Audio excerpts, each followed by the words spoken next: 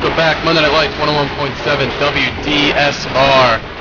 Alongside Louis Schaefer, as always, I'm Tim Hoffmeister. The snow's not holding us down. Louis brought out his mixtape, if you follow him on Twitter, and it's fire. He melted that snow, he walked right through. We got into the building, and we're ready to talk. So sports, obviously, the most pressing issue.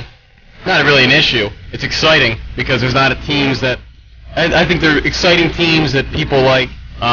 If you love defense, you love both teams. If you love a fiery offense, you love the Panthers. And if you love old white quarterbacks, you love Peyton Manning, man.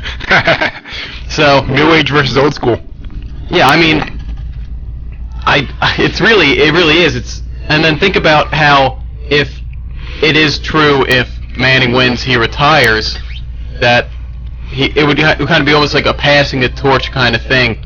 It would kind of be pretty cool. I mean, either way, I think it would be passing the torch, but I think it would be more like influential or look like that if Peyton won. It's going to be a crazy game. I mean, I'm super excited for it. Yeah. I don't know about you, but I have this thing. I always say this, that you can't hate greatness, and I believe that. But, I mean, I was kind of happy the Patriots weren't in at this point. Like, they're great, Belichick's great, Brady's great, their system's great, everything, like, it just seems like they always do great things. And I think that's why I was like, you know what, like, I'm not going to root against you, but, like, I could be happy you're not in it. Now, I like different teams, that's the excuse I'll go with. So, yeah, I mean, it was a really defensive game. When you watch it, I mean, obviously you knew that the only way Denver was going to be able to win, because Peyton Manning's not the Peyton Manning of old, was with that defense, and that defense was just phenomenal. I mean, there was no other way about it. Von Miller became the first person against Brady. I don't know if it was the postseason or the regular season. 2.5 sacks, an interception. He was the first player ever. Yeah. I'm not sure if that was the just his entire career or just his postseason career, but regardless, both are phenomenal. Yeah, absolutely. So, I mean, I guess we'll just get right into it, and I'll say, what really did you see from Carolina that might be the keys for them to win, and what would be the keys for the Broncos to win? Well, I'll start with the Broncos. I think if their defense plays like they did against New England, I think they're going to be in good shape. That was the one thing that, it seems like it was so long ago, but it was really only 3 years ago, that led to that blowout. Was that Von Miller he got hurt in the AFC title game and didn't play the Super Bowl. They didn't, Harris wasn't Chris Harris yet. Talib was still a Patriot, so, they didn't have this defense that they do now 2 years ago. I think if they, can put together, if that defense plays like it did yesterday, and granted there's an extra element that you have to watch for with Cam that despite him being the leading rusher on the team yesterday, didn't have to look for in Brady, and that's the ability to take off. But if Denver's defense can hold them to two touchdowns and a field goal, maybe 3 touchdowns, not to say that Carolina's defense is going to give that up, but you might be in good shape.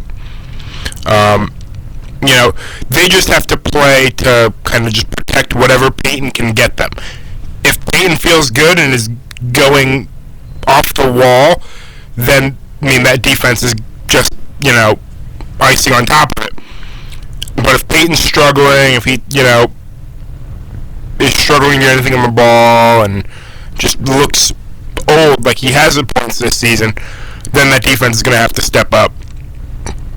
Yeah, and I think we were both saying it, like, listen, like, if you let the Patriots score 20, like, that might be enough, and they didn't.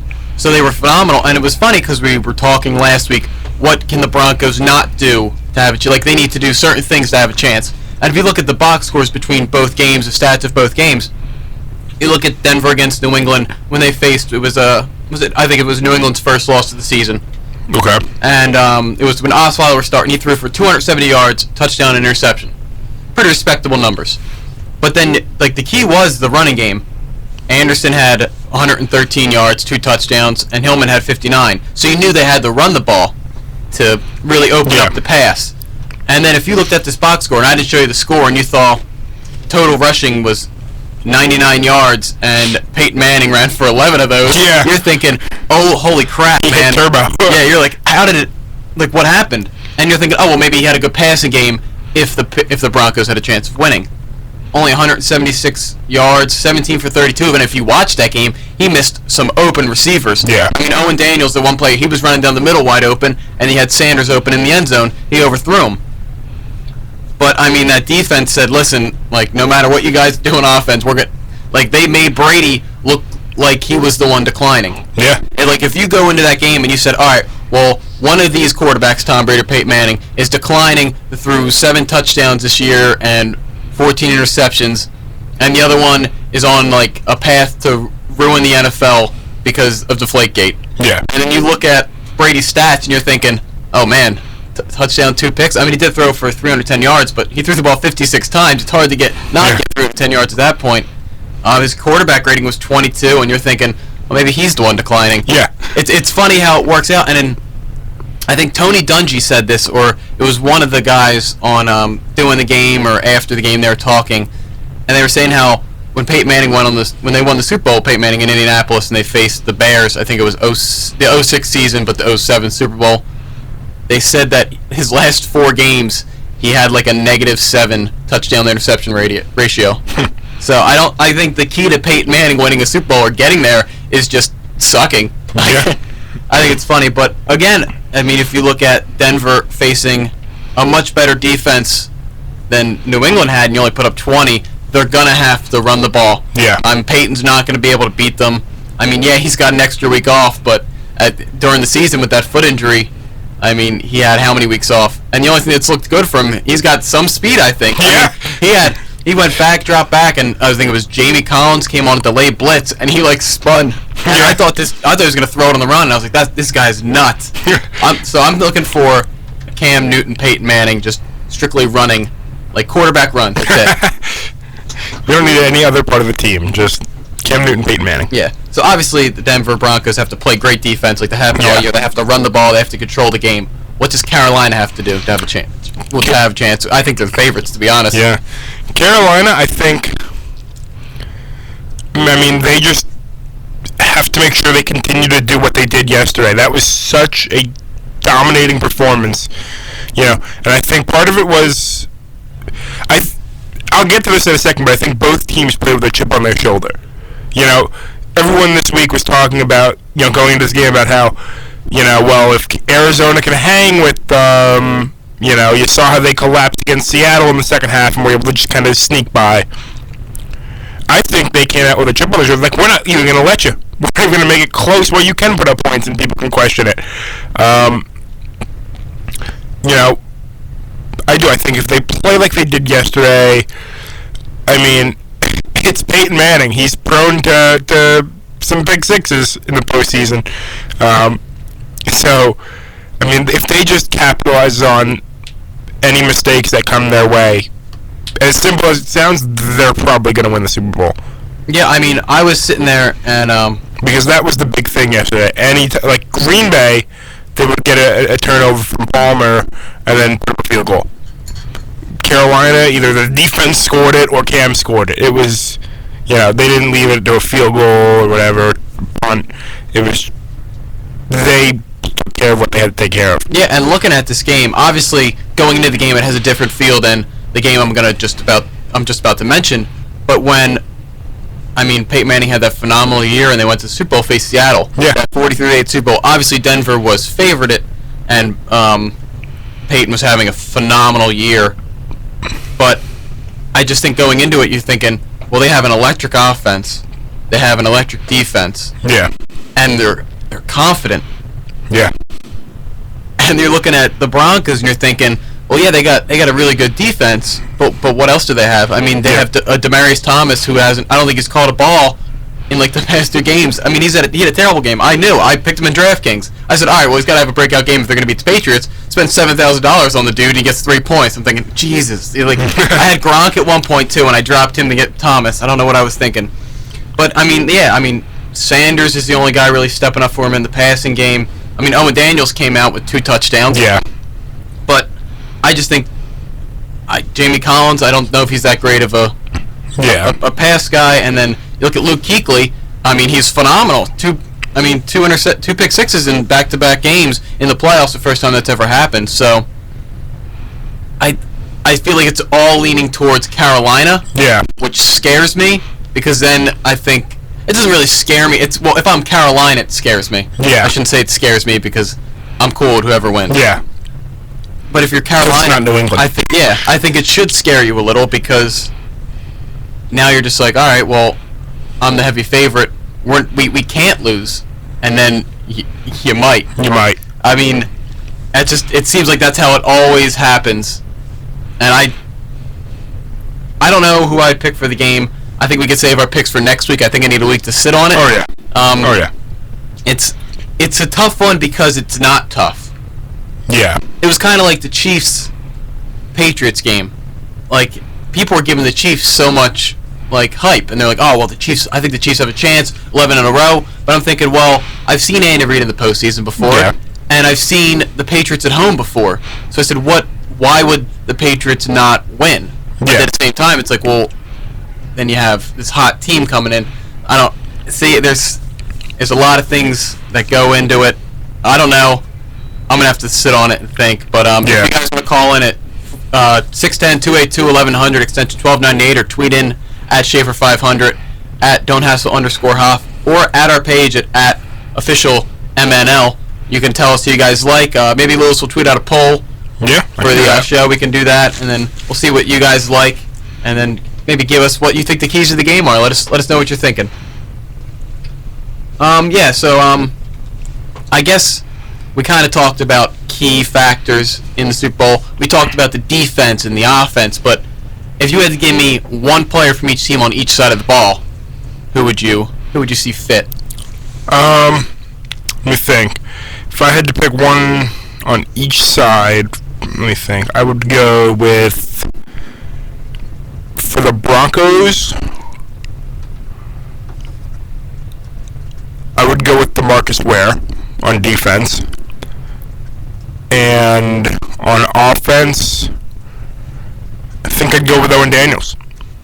You think he's going to have another breakout game? I think he will. I think, with Thomas Davis being up in the air now, well, not up in the air, but if he plays, he's playing hurt with this broken arm.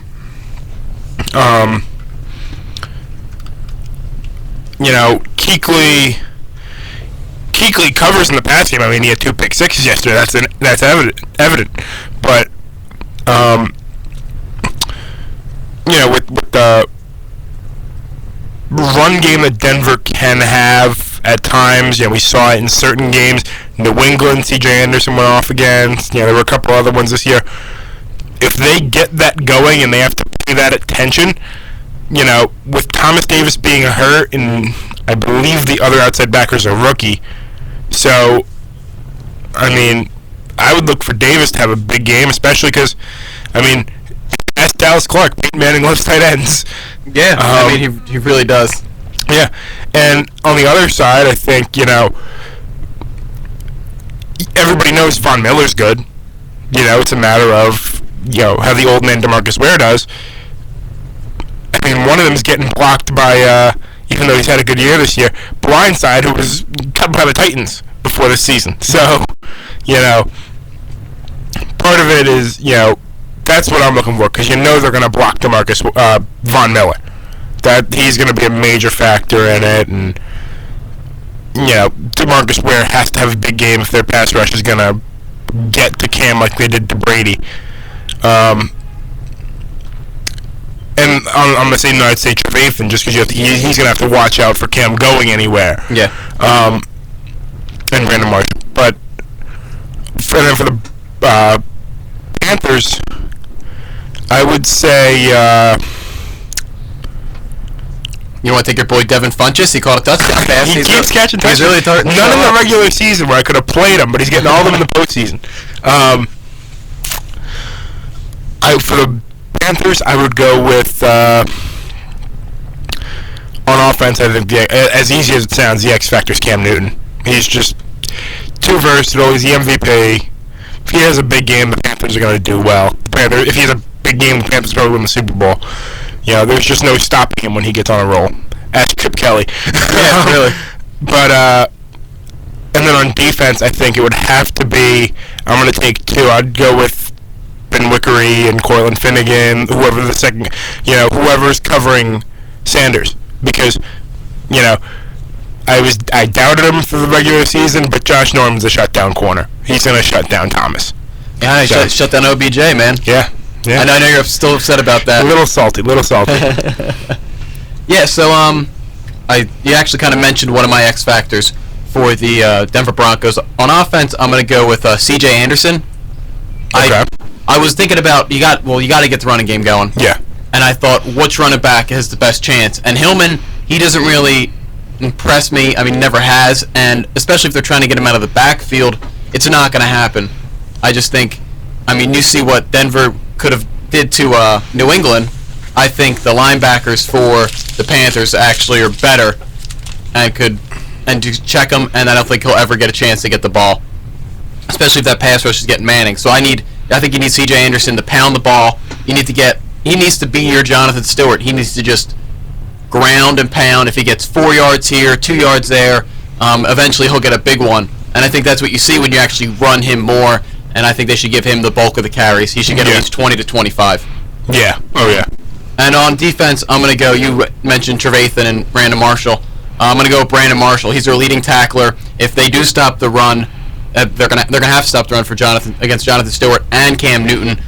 He's going to be the man. He's their leading tackler. He's the middle linebacker. He's the guy that has to have a good game, and I think if he does, I think the defense will kind of have a game like they had against New England. Even though Carolina Panthers put up 49 and 31, I still think if you're able to stop Stewart, stop Cam from those power runs, I think you're going to have a good chance. Yeah.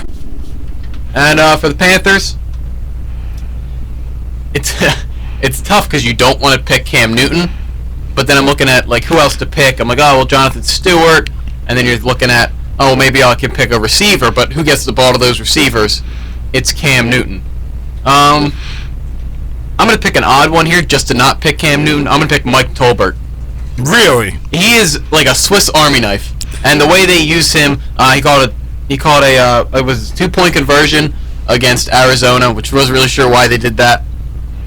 And he called a catch. He had a catch for 14 yards. He gets some carries, and I think they're going to have to give. I think they're going to try and. I think you should try and run Newton less. Red zone, run Newton, but I think you should try and give it to Tolbert a little more. I think it should be Tolbert and Stewart, your two-man backfield instead of Stewart and Newton. It's worked, yeah, but you saw what that defense can do. They just wear you down throughout the game, and I think it's going to be a close game. I think it'll be a close game, and I think you're going to need Cam at the end at full strength. So I think you're going to need Tolbert to be your X factor. Get him out of the backfield, get him some runs, put him at fullback, get him those short runs because I'm sure you're going to need some short yardage situations. That was the one big thing that the Patriots couldn't do. They couldn't get short yardage because they didn't have a running back. I think you got to go with Stewart, Tolbert, pound the rock, and that's what you got to do. That's why I'm picking him as my X factor. All right. I know because I love Mike Tolbert. I love the fact that you could be a fat running back and awesome. Oh yeah. I think it's awesome. It's one of my favorites. Gives Eddie Lacy hope. Yeah, really, it does. I think that's what Eddie Lacy's trying to turn into, just Mike Tolbert. But yeah, I always said that. I said the one sport, if you're gonna if I was gonna play one sport, I would go pro. If you could just pick one to go pro, and I'd go pro in baseball, because you could be fat and still good. Mike Tolbert is proving me totally wrong. You might be able to do it in football too. All right, from an X factor for my defense, I wanted to pick Kurt Coleman because he's a former Eagle. However, with Peyton Manning's arm and lack of arm, I don't think there'll be many deep throws down the middle, which is where Kurt Coleman gets his interceptions. So, I think I'm gonna go with let's see. I'm gonna have to go with Star Latulier. Okay. Or just him or any other D tackle that they put in there because I mean they got us like I obviously have C.J. Anderson as my X factor for the Broncos, which means if C.J. Anderson's the X factor to beat you, you're gonna need someone to stop him. So I'm gonna go with Star Latulier. I think he's had a really good year. I mean, I knew of him. I didn't really know about him until this year because it was such a breakout year.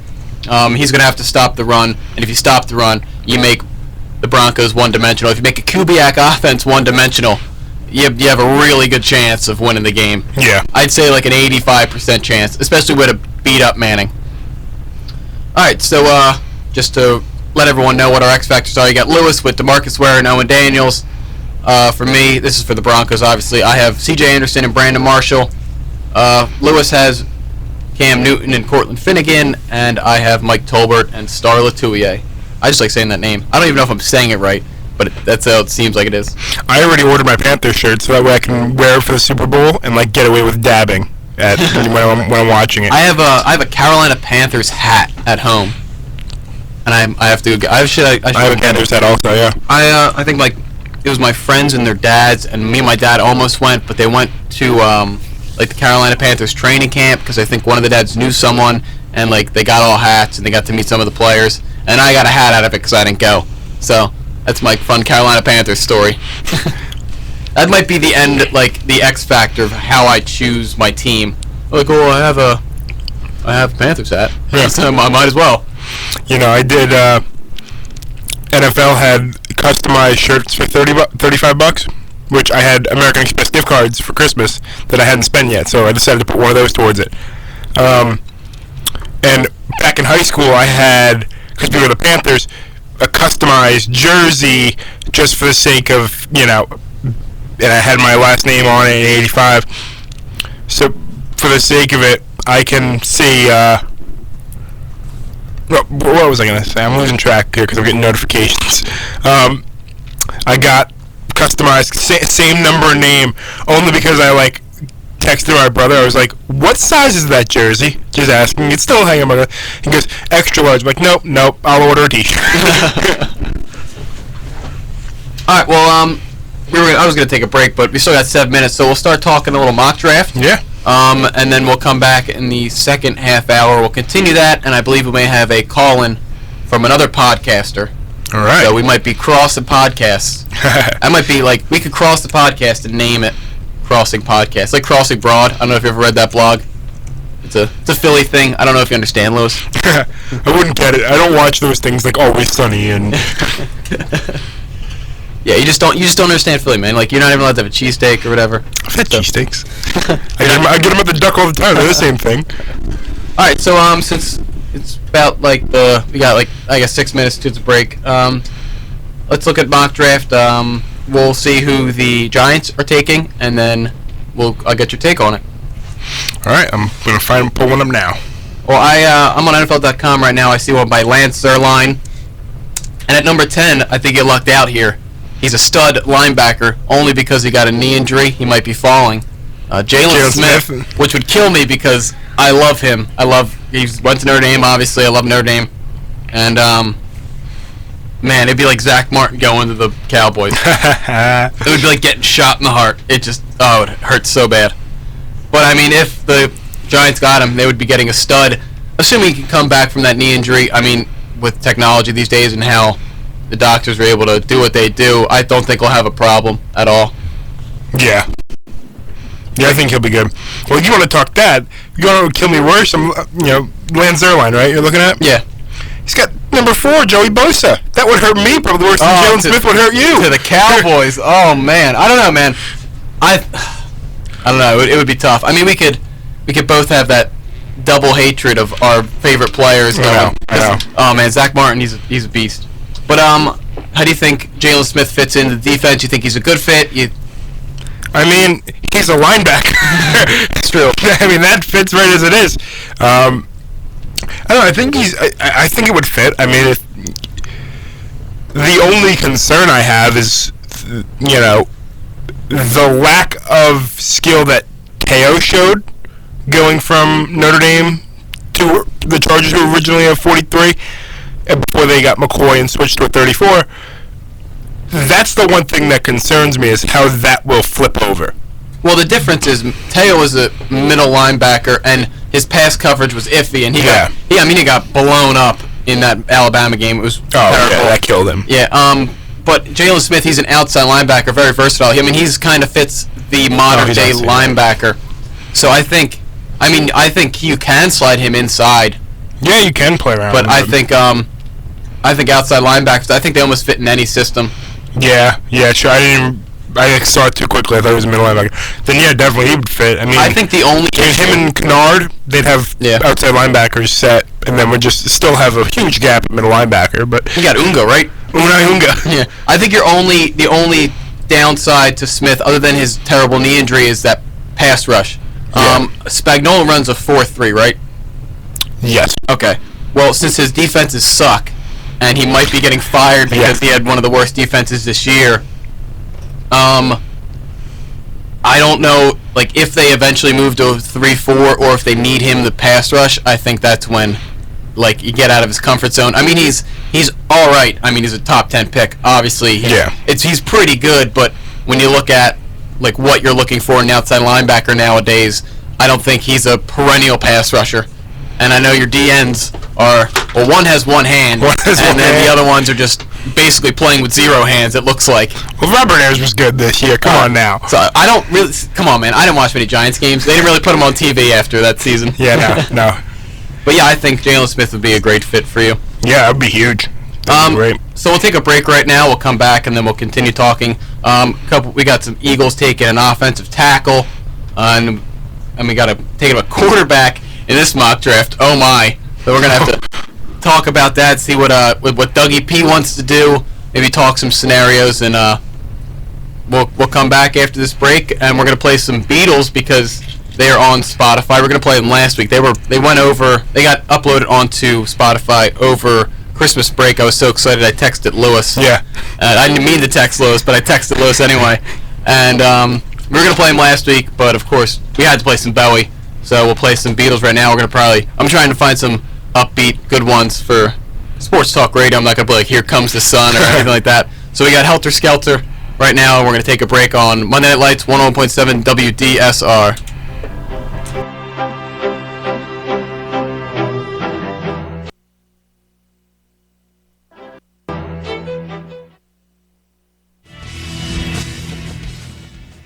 Glenn.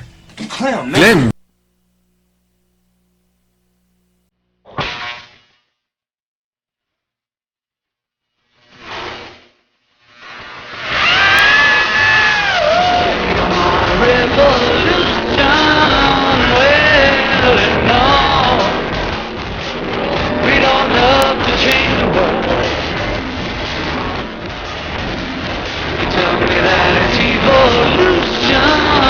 Well, no.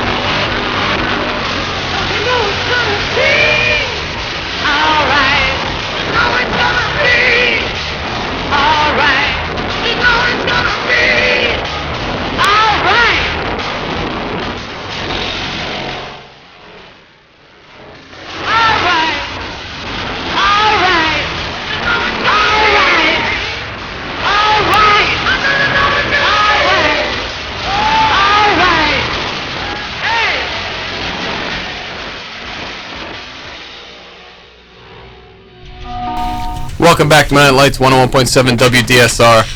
It's a live show. You gotta forgive me. I had Helter Skelter ready, but I didn't watch the video first off. So it was one of those like fan videos, and then it was just bad. So I played Revolution.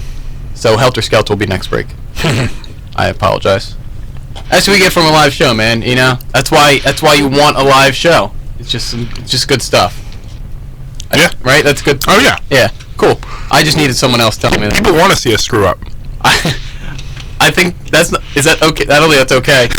Probably not, but no, I would probably say no, but whatever, man. Whatever floats your boat. We got a call in right now, and I believe it is the other podcast. You're on Monday Night Lights. I'm live. Oh, hey, Ian, how are you?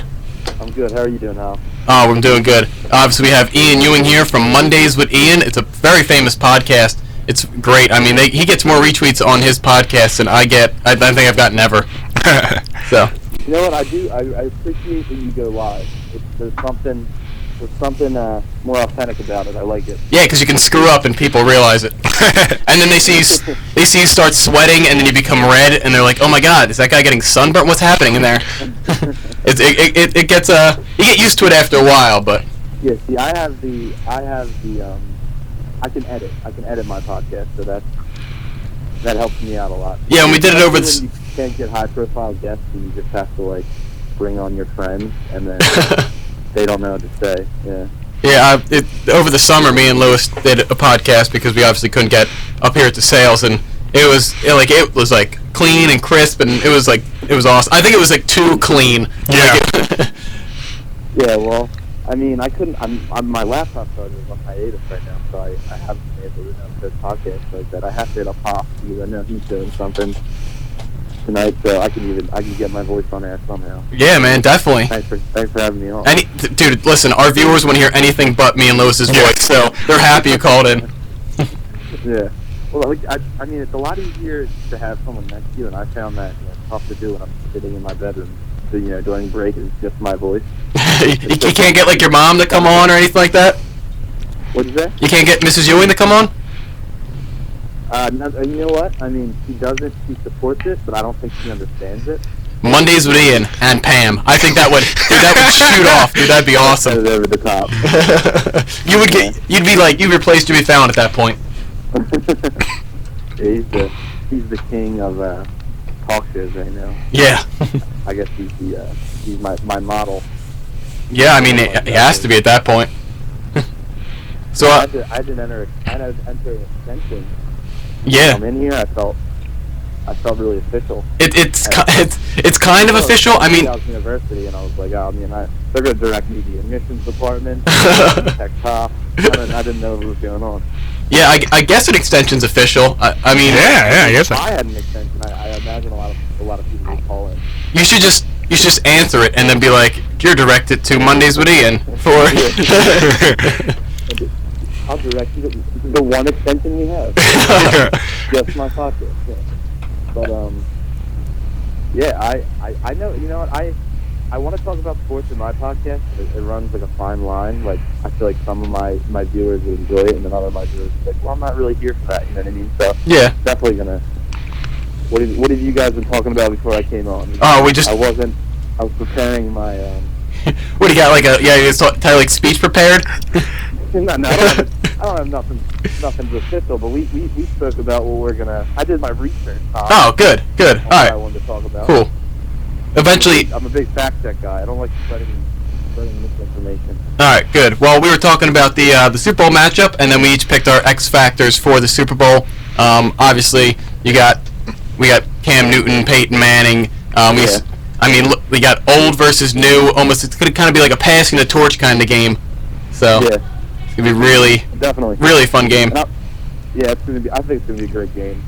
As far as that goes, though, I was talking about, because this is the first time I talked about something like this on live, but I was talking to my dad today, and I said, I said before, the division championship games this week, I said I would love to see, the Panthers, the two best defenses in the NFL, on different, so I think that's going to be a great matchup. But I think Cam is going to, be the X factor in that game. I agree with you. Yeah, that's Lewis's X factor, and listen, the Carolina Panthers run with Cam. Yeah. Yeah, they do. Yeah. It's kind of like, yes, they run with Cam because he's running all the time, and he's so infectious with everything he does. It's kind of unreal how much fun he's having. Like, it almost makes everyone else look like they're having a terrible time. Yeah. You watched him against Carson Palmer, and Carson Palmer just looked like he was having a terrible time. Yeah, because he threw 4 interceptions, but still, you're still playing the game you love, and you're getting paid $15 million, and Cam's the only one having fun. I think it's funny. Yeah. Well, I think everybody made the argument all year, Cam doesn't have anybody around him. His receivers, aren't developed enough, and with the Knicks going down, with Kelvin Benjamin, I'm still picking up. Yeah. With him going down, I think everybody, played them off, and. Yeah, everyone did that to my fantasy team too, man. I drafted Cam and Kelvin Benjamin. Right when Benjamin went down, they're like, "Dude, who's Cam gonna throw to?" And I was like, I guess I'll pick up Steve Smith Sr. I don't know. And then all of a sudden, he broke out, and I won the championship fantasy. So Cam's the man. He was the MVP of Hoff's fantasy league. I think he's got a good shot at being the MVP of the NFL. Yeah. Well, as far as he's been getting criticized all year, with the dabbing and giving the ball to kids, and I thought about that, and I want you guys to put yourself in the ball's perspective. You're fresh off a touchdown. You're the ball. We're the ball. You're the ball. I want you to view the story as the ball's perspective. You're heading to the. He scores a touchdown. You're happy. You're about to be in a privileged kid's hand. You know what I mean? Yeah, the kids' parents that can afford or upper deck. I didn't. A premium level NFL ticket is $400, $500. I imagine at this point there's just a kid that might have multiple balls. He can probably, his parents could probably buy him a lifetime supply of actual NFL footballs. That's my only beef with the whole giving footballs to kids. There's not these kids. I can't sympathize with them. I'm happy for you. But you have a $500 NFL ticket right there. Yeah, he's got to really get a crow hop going and just launch that into the nosebleeds. Just throw it over deck. That's what I'm thinking. I said if he really wants to give the footballs to people that know what it's like to. I'm not sure if I'm right here, but Cam came from humble beginnings. He got caught stealing that. The lab. Yeah, and then he went to junior college. Yeah. Yeah, and then sure the Cam Newtons of the world, and might not even be in the stadium, or they're in the upper deck, especially with the ridiculous prices of NFL. Oh yeah, definitely. I think you should run outside and give it to some people tailgating, because they're the real MVPs. They're out there since 7 o'clock. They're having kegs and eggs. Forrest Gump out of the tunnel. Yeah. Catch the tailgaters. Yeah, see, if I'm the ball. And you're being given to privileged kids, you're thinking, all right, well, how many other living a good life? Yeah, but was he just gonna get put in a room with the kids' dads, high school balls, where he's where it's I got 3 minutes in this game, and then I was getting put next to that, and you're like, wow, this is really degrading. I was getting Cam Newton was throwing with me for 300 yards, and now I'm in a trophy case with this kid's dad's terrible made up trophies. It's like Toy Story 2. I could write a whole script of just. It's Woody gets put in the case, and then that's the rest of his life. You know what I mean? Yeah, man. I think we gotta We got something here. Never gets used again. You know, if you're, if you're upper deck, Cam does the crow hop, you catch the ball. You're bringing that out back to your buddy. You're playing a 5-on-5. Oh, dude, definitely. I think about that ball. Like he's getting. I mean, yeah, the NFL guys drop the ball, but not as much as like kids. Like, and it's not the greatest field conditions. Like that ball's going out and playing like a mud game, and the kid's hands barely can like hold the ball because it's so big, and he's like, oh man, this sucks. Like the ground's really hard. You're getting put in the stands, and what? Maybe that kid was just eating some like ice cream. He's got sticky hands. And now that ball's like, are you kidding me, dude? I just feel bad. I mean, I felt bad for the ball and the kids who weren't getting the balls, and I needed to address that. And I looked up. I tried to figure out how much a Panthers premium ticket was, like sideline. Couldn't find it. I know. I know the Super Bowl ones are going for like $5,000. Yeah. Yeah. And these kids aren't going to games alone. You know, their dad's dishing out another, hundreds of dollars and chicken finger platters and. Oh yeah, no doubt. Dad, can I get some ice cream? I'd be like, you know what, dude, shut up. You're gonna get a ball. Like, come on. You're gonna get a ball. You're gonna have to cut up his dirt. Like, you're gonna get a ball. So, I thought. Yeah, I was. Have you been watching the game? Did you watch the game yesterday when like he would give it and there'd be like 3 kids' arms and like the strongest kid's getting it? Like. How do you decide? It just becomes natural selection at that point. I mean, there's pressure on and off the field for Cam, and he's dealing with it all well. He's distributing balls fairly. Kinda. Doing good things. Yeah, he is. I mean, I love him. Yeah. I think the only guy that doesn't like him is my father. Spending years would be listening to 97.5 coming here from football practice. I have to say it doesn't surprise. And he's listening right now, so hi, Dad. But hello, Mr. Hoffmeister. I mean, that doesn't. He's not a traditional guy. I mean, you know what I mean? Like he's not. Oh yeah, no, he's a quarterback. Yeah. I can understand why. Yeah. I mean, the older generation wouldn't like him. He's not. He's a people pleaser, and he's more of a millennial quarterback, I guess. Well, see, I always tell my dad this. I'm like, Dad, I don't understand why you don't like Cam Newton. I mean, he's just basically a darker Roger Staubach. And my dad loved Roger Staubach. I mean, he's basically the same thing. Roger Staubach, great runner, great passer. Yeah. I mean, and he played for the Cowboys. I'm like, Dad, you don't have a reason to like Staubach over Newton. They're the same player, but one's a Cowboy. I don't know. Yeah. No, that's a valid point. And I like those older player comparisons, and my favorite one was Fran Tarkenton to Johnny Manziel, but I don't know if that is going to pan out. He might not even be. No, I don't think it's going to work out at all. I think your best bet for Johnny Manziel, you might have to say he's equivalent to Dave Franco in The Neighbors. I mean, I like that one. Yeah. I mean, Neighbors 2 is coming out. They can probably make a spot. I think they already have a spot for Johnny Manziel. That and The Hangover 4 starring Johnny Manziel. The Johnny Manziel story. He clearly has that Mike Tyson appearance potential. I mean, and maybe he'll go. We don't. He has another character that he could use. He could be Billy Manziel, or he could be himself as Johnny, or he wear the blonde wig. So. Yeah. I mean, hey, if he becomes Mike Tyson, not like obviously he's not on pace to be like a great NFL player, but he was a great college player, so he's had great accomplishments like Tyson. But like people love Tyson now. Yeah. And I think it's because just he's so blatantly honest. Yeah. Like he's playing Tyson. Yeah, he's just like, yeah, I bit Evander Holyfield's ear off, and now I like to feed pigeons. Like, and people are like, all right, yeah. Yeah, exactly. I mean, that's his best bet, man. I don't know if you guys watch. I'm a boxing fan. I'm not an MMA guy. I mean, the last boxing match I watched was the Manny Pacquiao Floyd Mayweather fight, and it was kind of staticky. And that ruined boxing. That ruined any chance that boxing was going to, catch any, spark as far as like, trumping MMA. Oh yeah. MMA, obviously everybody's watching those pay-per-views, but I just no preparation goes into boxing. It's a craft. Yeah, I mean, I don't know. I don't think there's like a big. There's literally not like literally there's no big guy anymore.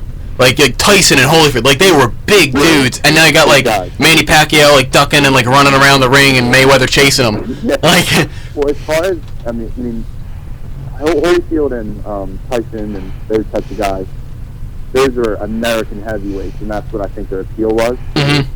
And there's hope in guys as American heavyweights. I have some boxing expertise, but Deontay Wilder is a guy who I hope is a hope to American boxing as a whole, and he's a 33-0 now with 32 knockouts. Oh wow! So boxing may be coming back. So that's yeah.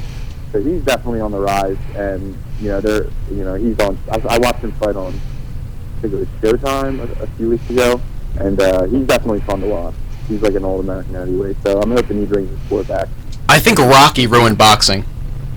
Rocky ruined boxing. I mean, like not the movies are phenomenal, but I think that's why, because they're like, wow, none of these guys are Rocky, because there's something beautiful and attracting about a guy getting his face beat in for 11 rounds and then knocking him out. Yeah, exactly. And then him not being able like to speak English, even though he's like 100% American. What do you think, Lewis? I don't know. I mean, I'd have to start watching some of that guy. I mean, like I said, I think the last boxing I watched was Pacquiao Mayweather. So exactly. Mm-hmm. They got to get him off of pay-per-views too. Like, I'm not gonna pay $60 to watch a boxing match, but I'll like it. But like, if I'm sitting there at my bowl of ice cream at night and I come across MMA, I'm like, all right, like yeah, sure. Yeah, these guys, yeah. Well, I think the thing is now with what they're trying to do with like Premier Boxing Champions is like make boxing something that everybody can watch. Like that's its last hope. Like putting it on Fox. Oh yeah, no doubt. Don't they do it on NBC too? Yeah, it does. Yeah, it's on NBC. Premier Boxing Champions is like I guess it's like a huge like conglomerate contract where they signed with a bunch of TV programs. That's smart. I knew it'd be even smarter. Their best bet would be to get Jim Ross as the announcer. Yeah. Oh my God, he has a family. Yeah.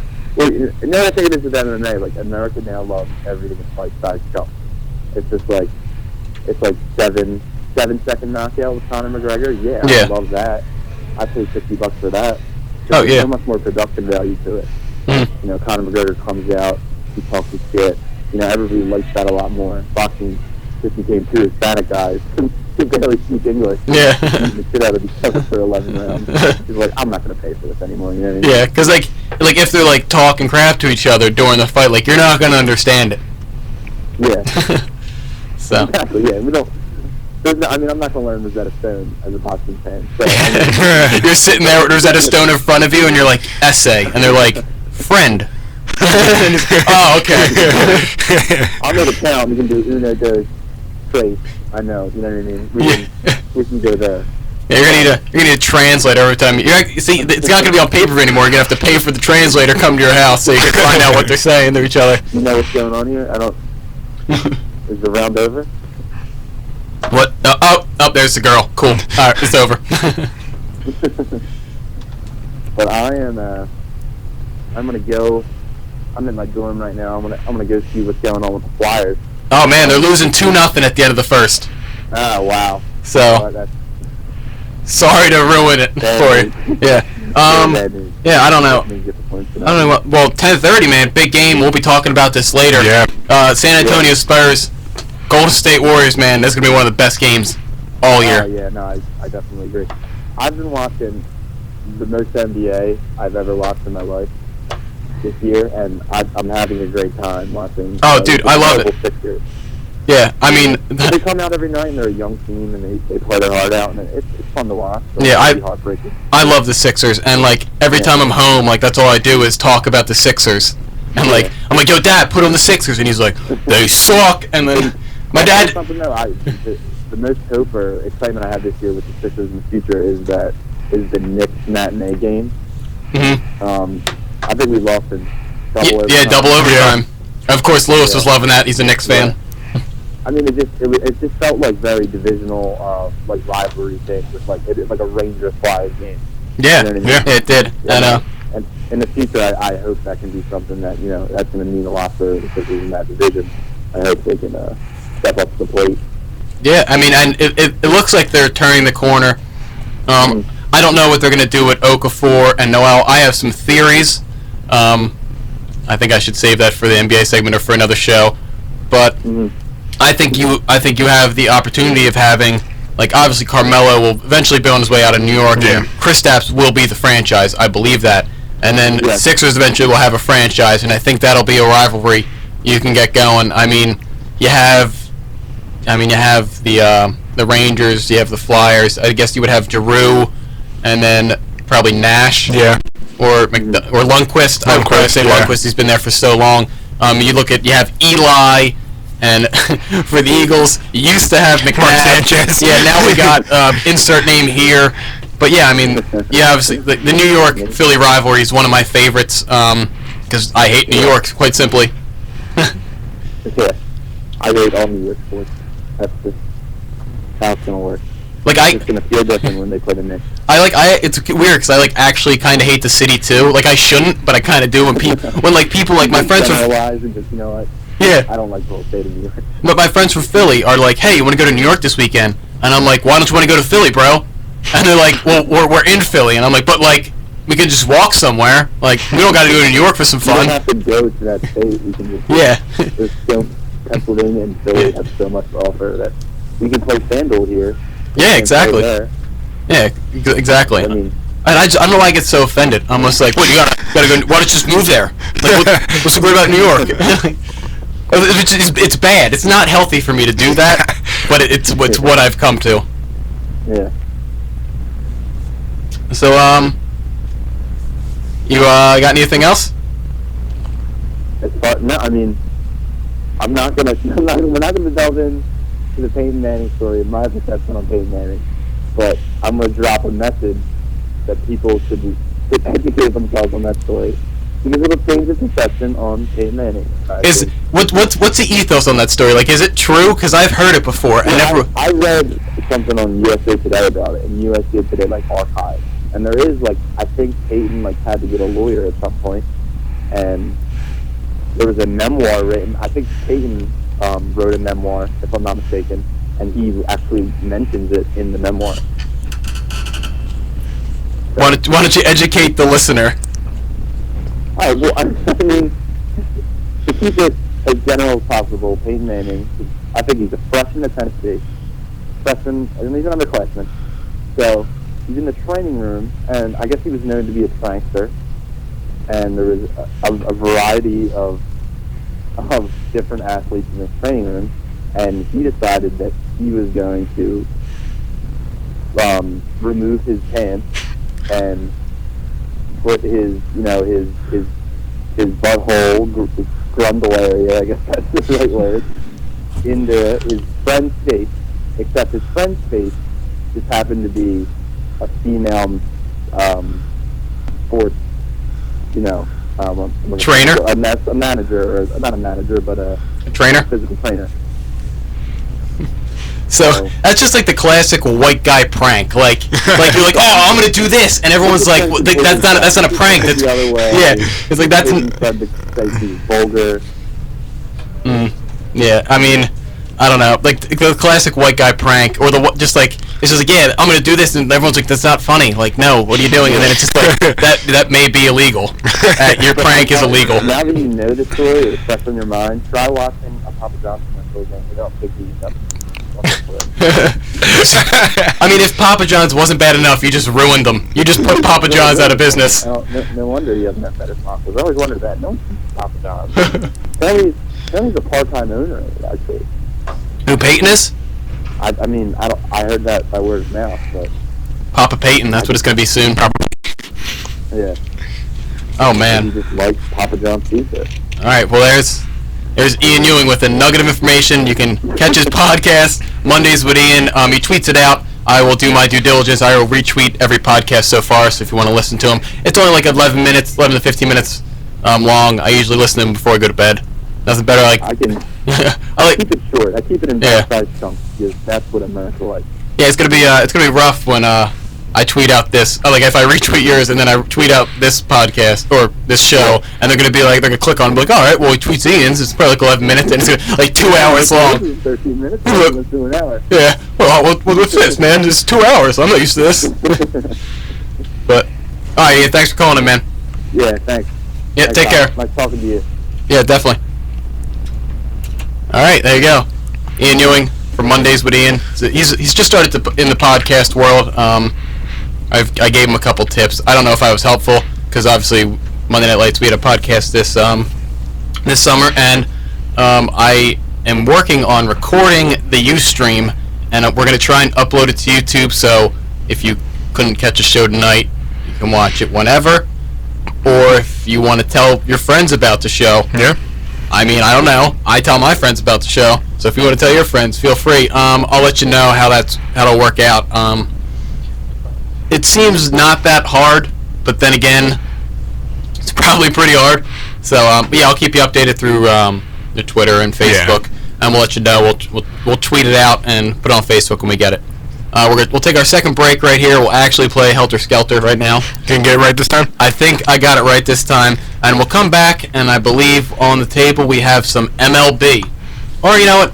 We'll talk a little more mock draft. Yeah. Because we didn't get much into it, maybe for like 15 minutes, and then we'll go into some MLB. A lot going on, and then I think maybe we'll pick some more other guys in the hot stove game because it's getting pretty low, and we haven't talked about it in a while. Yeah. I can give everyone an update on how it's going. We'll take a break right here on Monday Night Lights. Stay tuned.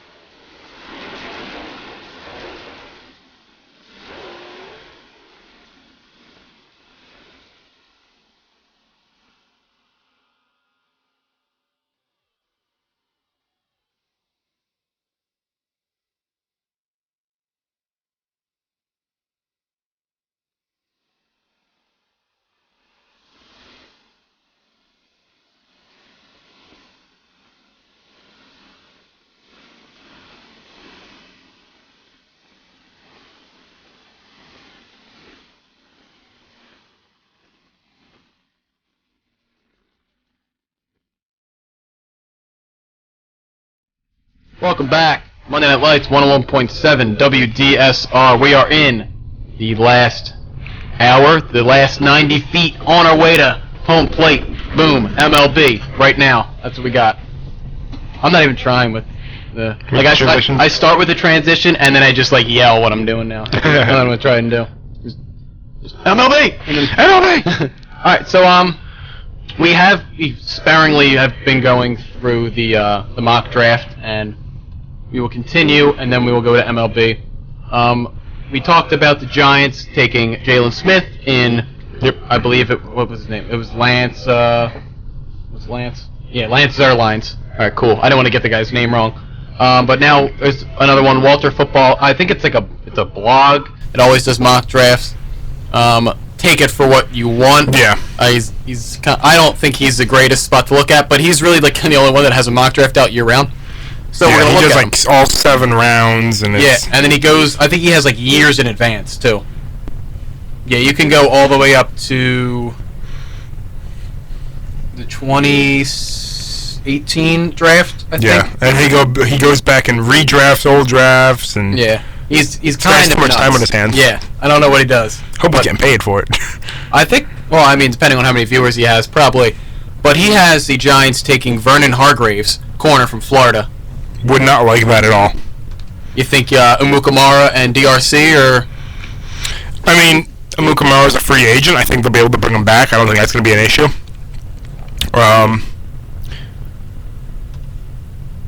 But I don't know. I would like it in an aspect of, it's another corner, and the defense has so many issues that it's just, I can see Jerry Reese just doing best defensive player available, because that's what he does. I don't think he spends any time actually scouting the first round. Whoever Mel Kiper has as best available on the side of the ball we need, we take. But I don't know. I think Hargreaves, from what I've heard, he's pretty, he's a little undersized for an outside corner, which is what you're trying to draft in the first round. So I don't know. I think if they sign Amukamara, I would like it. Not at 10. If he, it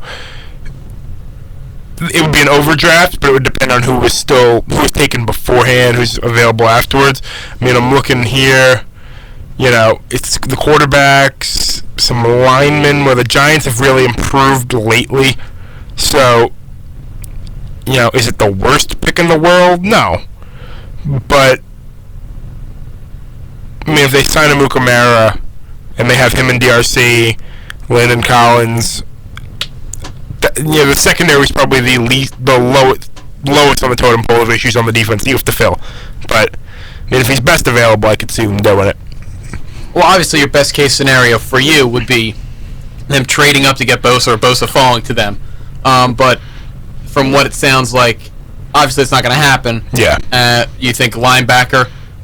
Outside linebacker is probably your best bet? Linebacker, defensive tackle. I mean, at 10, I wouldn't really draft an end because you have Ayers and Pierre-Paul. Hankins has continued to improve every year, very much like Fletcher Cox has with you guys.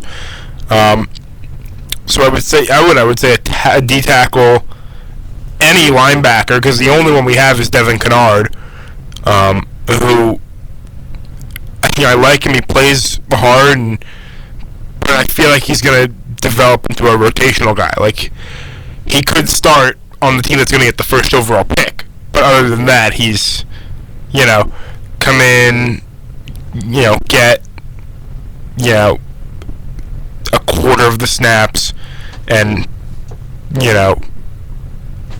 have a starter above him. But I mean, until he proves that he is a rotational guy, like keep Kennard. I like Kennard. But yeah, so I'd say a linebacker or a D tackle would be a bigger issue, because there's not really a safety. If you could draft a safety and say, okay, we have him and Landon Collins for the next 4 years at least, then I'd be okay with that. But there's not really a safety. Like I said, if they sign a Amukamara, there's no need at corner, especially because you'd be drafting a nickel guy at 10. So it would be a horrible reach. So I would say D tackle or linebacker. Yeah, I'd have to agree with you there. Just because, I mean, if their T tackles and linebackers weren't like terrible, I would say probably best player available. You might, if it was Hargraves, go for it. But I mean, it seems like the linebackers are pretty rich in this draft. Yeah. Your D tackles, D ends. I mean, DeForest Buckner from Oregon. You have Emmanuel Ogbah from Oklahoma State. I mean, you have some pretty good defensive linemen and linebackers. So I think you should just pick with the surplus. I mean, I think they're going to be there no matter where. You're drafting at 10. I mean, A'Shawn Robinson, Andrew Billings, Floyd. I mean, it's so deep. Just the meat and potatoes on defense. Oh yeah. That's what worries me too, is that they could take. Not worries me, but if a guy like Elliott or a guy like Henry has a beastly combine, taking them at 10 and just saying, well, we have, a top 10 pick in the second round, so we'll just be able to grab at the end. But at the same time, it's like, if we can get A'Shawn Robinson, please get A'Shawn Robinson. Yeah. You said meat and potatoes. The Giants looking for on the defensive side of the ball. If you're the Eagles and you watched any of this, if you're an Eagles fan and watched any of the season, you obviously know that the offensive line isn't that great. So Lance Zierlein of NFL.com has Jack Conklin of Michigan State, offensive tackle, going to the Eagles at 13. I mean, I like him a lot. He decided to come out. He could have stayed. He was one of the best tackles. I mean, he probably would have been the best tackle if it wasn't for Tunsil from Ole Miss. But, I mean, he is one of the best. And I think if they do draft him, that is pushing Peters out. I think that would probably be the best thing to do. And then you have Kelsey, you have Lane Johnson, and then you have Conklin. And I think you kind of just fill in the guards at that point, or maybe look for someone else. I don't know if you stick with Barbary or, I don't know, the guards are iffy at this point. Thanks, Chip. Yeah. Hey, I mean, Evan Mathis got benched and Todd Herman's got cut. Yeah. So at this point, it looked like what's the lesser of two evils? And I think he decided to save money, and then he got fired, and then I think he got a better job. But that's besides the point. We did Chip last week. Yeah. I think the Eagles need offensive line, and I think at 13, that's a pretty good pick. I mean, he would be the third offensive lineman off the board because you have Ronnie Stanley from Notre Dame projected to go top 10, maybe even top 5. And then you have Tunsil going number 1 in most of the mock drafts. So I would probably say you either draft Conklin or you trade back. Yeah. But, I mean, if he's there, I would take him. There's no reason why you shouldn't. I mean, if you trade down, you're not going to get the second round pick you lost. Yeah. You got Bradford, so at that point it would kind of be a little pointless. On Walter Football, they have the Eagles taking Carson Wentz, quarterback from North Dakota State. That would be stupid. Yeah, I mean, Carson Wentz, he's getting a lot of hype after winning, 4 straight championships as a quarterback. But it's also FCS, and he was originally projected to be late second, early third, around that area, maybe third to fourth round. So I think if they wanted him that bad, I think they could wait until the third round where they have 2 picks, or try and trade into the second round using their. I think they have 2 5ths, 2 3rds, 2 7ths. They could package something up. I think it would be a Christian Ponder situation, even maybe a little worse if you traded or you just took him at the number 13 pick. Yeah. At this point, he doesn't really show me anything. I mean, he's a big guy, but I mean his completion percentage isn't that great. The reason he was playing FCS. Yeah. So I mean, if you get him, don't get him with the 13th pick. I think that would be a mistake. I think you could pick anyone else. Yeah. Because I mean, on this mock draft, they have Paxton Lynch going after him to go into the Rams. I think if you're going to take any quarterback, I would take Lynch over Wentz because Goff will obviously be off the board. I don't really like either. I think the first round pick should be for the offensive line, or if you're going to go secondary, I think that would, because I think you're going to lose Thurman. But looking at who's out there, I mean, unless Hargraves falls, I think you got to go offensive lineman, and I think Conklin will be there. I don't see Stanley or Tunsil falling. unless they have terrible, terrible combines or something comes out. I saw something with Robert Mdichki. I think we were talking about that last week. He had some trouble with the whole marijuana issue and falling out a window. No big deal. But I mean, I think they'll bring back Cox. I think they'll bring back Curry. I think they'll basically have the same defense because that's their strength. I think Roseman is really bad at hiring a coach or searching for a coach. But I think he knows that his strength is the defense. You can't lose anyone there. So I think the best bet's offensive line because you got to establish a running game. No matter who your quarterback is, you got to establish a running game. Yeah. So we'll switch right into MLB right now. And as I was talking about, we talked periodically throughout before break about I think we went NL East and NL Central. We went through each team. We looked at the team that they have now. Obviously, the offseason isn't over, but we kind of gave what we liked about them, what we disliked about them. I mean, if they can be contenders, what we think. And then eventually I'll have an article coming out about the wins and losses for every MLB team because I like to do that. I actually looked at the one I made 2 years ago and checked it, and it was good. I think I was close on a lot, but then also I had Boston winning the division and they had 60 wins. Ooh. And I had Miami having 60 wins and they ended up with 70 something. It was some were really bad, but I was I didn't really look at that. I was looking at what I got right. Yeah. It was because got to toot my own horn. So I believe we'll do the AL West and some very interesting teams in the AL West. Just because it seems like you have the young team that came out of nowhere. They weren't ready to contend yet. The team that wasn't supposed to be there, and then they acquire Hamels. You have the Angels who should be there, and they're not. And then you have the Mariners who have the $200 million man in Robinson Cano. And the Athletics, Billy Bean baseball, Moneyball didn't work this year. So we're going to see if it can work next year. But we'll go from top to bottom, and we'll start with the division winners, the Texas Rangers. I think they're gonna have another good year. I think you still got Cole. You get your Darvish back. I mean, he was just cleared of whatever fiasco was going on with his brother gambling. But I think they're in a very good spot to get right back to where they were with the division. I mean, as of right, they've lost Gallardo, so that's gonna hurt a little bit. But you do upgrade. Depending on how Hugh Darvish comes back from the injuries he's had the last 2 years, if he's playing the way that he was when he first came over, and you have Cole Hamels on top of it, that's I wouldn't say best because I think Felix Hernandez is a top 3 in the American League behind Sale and Price. So, that kind of balances it out. But they have that best 1-2 punch in the division. Oh, yeah, I would say no doubt there. I mean, you look at the other teams. You have the Astros. They lost Kazmir. They have Kuchel and McHugh. McHugh, he's a good pitcher, but he's not anywhere near He was cut by the Mets. Yeah. When they were bad. I mean, McHugh is a good pitcher. I mean, the Mets made a mistake there, but yeah. Well, he's not. How much of a mistake do we make? I don't know. Well, I don't know. We'll see this year if you need another pitcher or not. The Angels, I mean, they're trying to get rid of C.J. Wilson. They have Richards. I think Andrew Heaney will get there eventually, but not Skaggs. right now. Yeah, Weaver. I mean, they got guys that are washed up like Weaver and Wilson, and they got young guys on their way up. But I think right now you got Garrett Richards, and that doesn't come anywhere close to Darvish Hamels.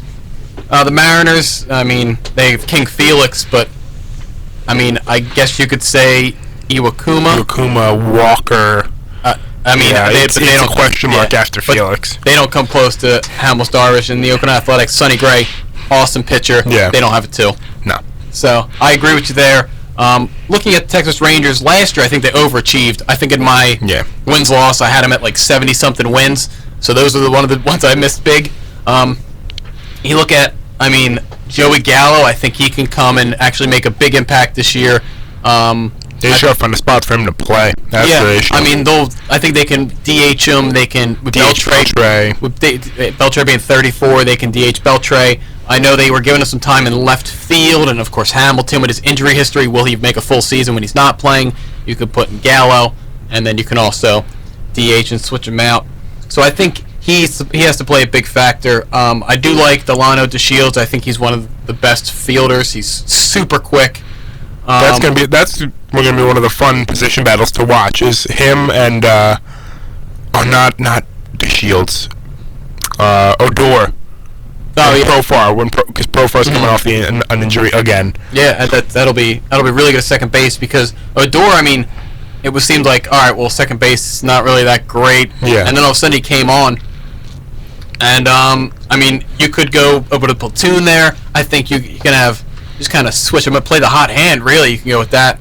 But I do like the right outfield. I like Sin-Soo Choo. I like DeShields, and I do like Hamilton for considering they're paying him like $3. Yeah. And Angels are paying most of them. Whatever you get from him is a plus. And then I think if Gallo can show the ability to play outfield, obviously he's not going to turn into an Alex Gordon, but if he can hold his own, I think that'll be pretty good. I like their outfield. Obviously you got Prince Fielder. Yeah. Had a great year last year. Mitch Moreland had an above-average year, but I mean, I don't like them to win the division again. I like their pitching staff. I think you got Darvish. You have Hamels. I don't like their bullpen's iffy. Nick Martinez had a pretty good year. I think it'd be best to bring back Gallardo. Yeah. I don't think their staff would be full without him. I think you need a good three if you're going to have a bullpen like that. You need guys that can go into the 7th, 8th inning. But catcher doesn't really do anything for me. Second base, Mitch Moreland had a phenomenal year last year. I think he would need to have the same, if not better.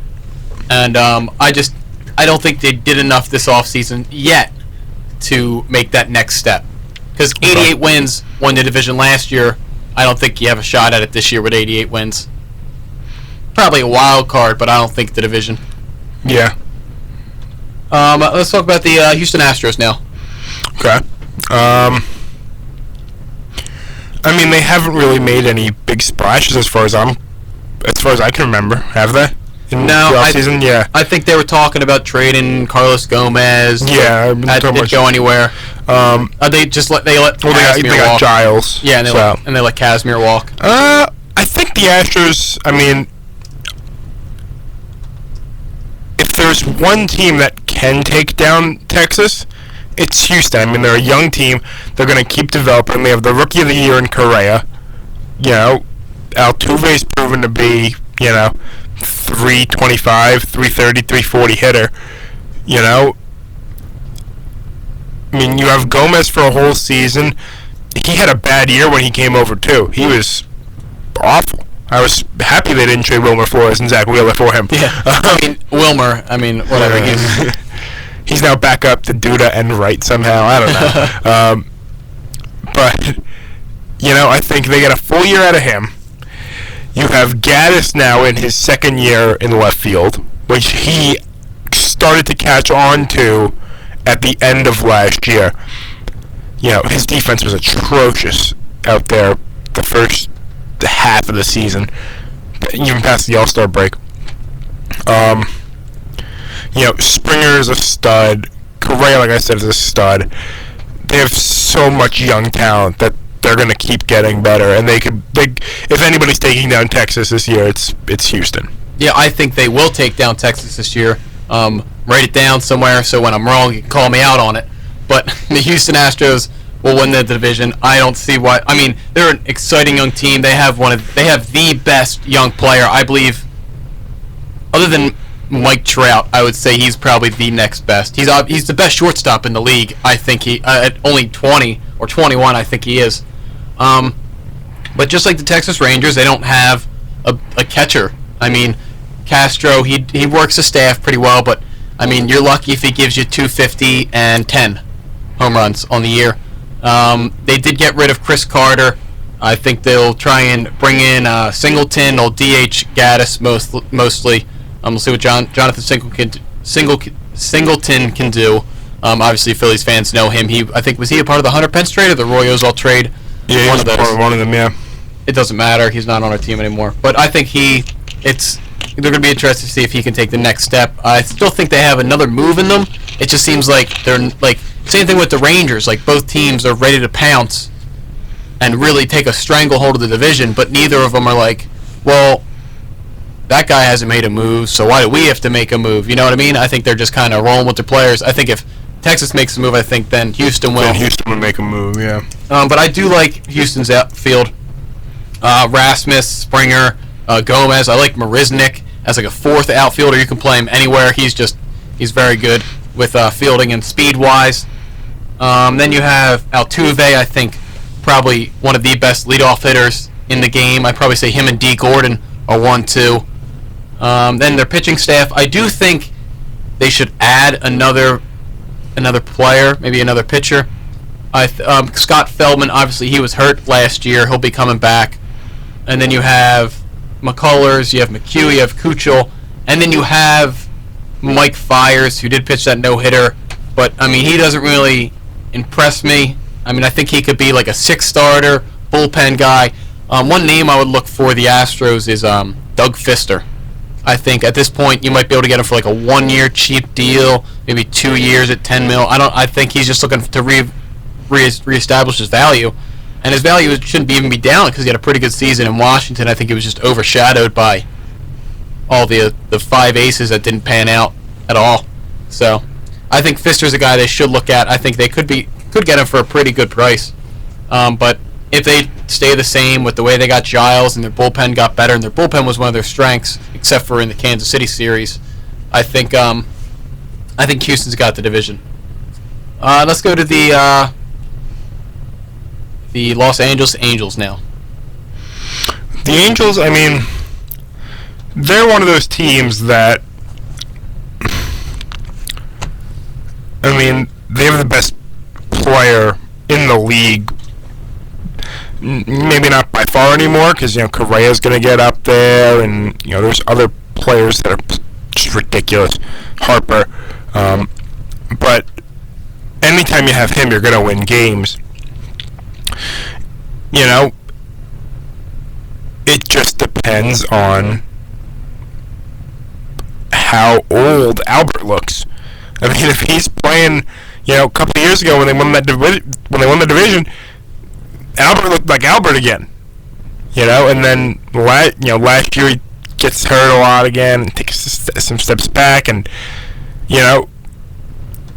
baseball is one of those games that you can't just kind of play it like Cleveland with LeBron the first time, where it's like we have the best player in the league, because they'll walk him. So yeah, I mean, I like Calhoun. I think he's a good player. But they don't have any guys other than Trout, who's always good, and Albert, who's on and off again now, that really stand out to me and are like, wow, these are offensive threats for the Angels. Yeah, no, I agree with you. I mean, Mike Trout, best player in the world. I think if you had to rank them, your top five, I think it'd be a toss between him and Miguel Cabrera, but I think you give it to Trout at this point because he's actually stayed healthy. Yeah. But, I mean, looking at who they have, it's just Albert Pujols. I mean, I don't know what to make of him anymore. I mean, he's just really declined ever since getting the LA. Yeah. I mean, there's some of those players that you tell don't leave where you're at, and Albert was one of those guys. Yeah. St. Louis just knows how to max out players, but looking at their outfield right now, you already mentioned Calhoun. I think one of the most underrated outfielders. I like him a lot. Then you got Trout, and then right now they're set up to platoon Daniel Nava and Chris Gentry. Yeah. Or Craig Gentry, sorry, in left field. I don't think that's a good idea at all. They should have gotten on Cespedes. I don't know what outfielders are out there anymore, but as low as stands it because Cespedes obviously signed back with the Mets. But, I mean, I think the Angels missed out on the possibility of really getting one of those guys. I understand like the luxury tax, but, like, listen, at this point, you're in limbo. I think you need that one player to get you over, because if they're an owner and you're worried about the luxury tax, that means that you don't think your roster is good enough. Yeah. You add a player. With the Nationals, they looked poised to get Cespedes, and I thought maybe one of those outfielders, probably Worth or Revere, had a possibility of going to Los Angeles. Yeah. When they would have 4 starters. But now I don't know where they look. I mean, I think they just ride it and they realize it messed up and they'll do what they did last year. They'll trade for 4 different outfielders. Yeah, and just plug them in. Their infield doesn't do anything for me either. C.J. Cron, he was, I think, a Rule 5 pick, and he had an okay year. Yeah. Didn't really do anything for me. David Freese, they're like, all right, I guess we'll let you walk. But, like, I mean, he's hit, like, 250, 20 home runs, 15. And, like, at this point, that's, like, 50% of your offense. Like, you can't let him walk at this point when you have to. Like, you have to contend at this point because of where you're at with Pujols and Trout. They did get, Escobar. I think they plan on playing him at third when they let Freese walk, but I think you got to play him at second because right now you have Gianni Givitello. I mean, come on now, you gotta actually try and do it. And they added Simmons, but he's not an offensive stud at all. He's just I know. If it's within a mile of him, he'll catch it. Yeah, I think that's. I mean, it'll help out your pitchers, but I mean, your bullpen doesn't do anything for me. Your starters, you got Heaney, like we were talking about earlier. You got Heaney, and you have Richards. And other than that, I mean, then you have just like a bunch of fives at this point. Maybe you got Santiago, you got Shoemaker, you have Skaggs, who I think can, take the next step. But you got C.J. Wilson, Jarrett Weaver. I mean, there's not really anyone that really was like, wow, like this guy could be someone. I think they should probably bring back Latos 1-year show me deal. Yeah. At this point, what do you got to lose? He has a bad year, whatever. I mean, just release him at that point. It happened to him 3 times last year. And then the bullpen, I mean, you got Houston Street, but unless your starter goes 8, I think I'd be worried. And then it seems like every team in the AL West just doesn't have a catcher. Yeah, no. And I mean, they're going to roll with Giovanni Soto and Carlos Perez. I think they'll probably platoon them at that point. But I think, if anything, so far the way the offseason's going, they're on their way down instead of on their way up. Yeah. We'll get one more team in here before we take the break. And let's see if I can get to my page again. There we go. We got the Seattle Mariners. Seattle Mariners? They haven't done anything this offseason. I mean, granted, they spent a lot of money the last 2 off seasons with re-signing Felix Hernandez and, then signing Cano to a huge deal, and then signing Cruz last year.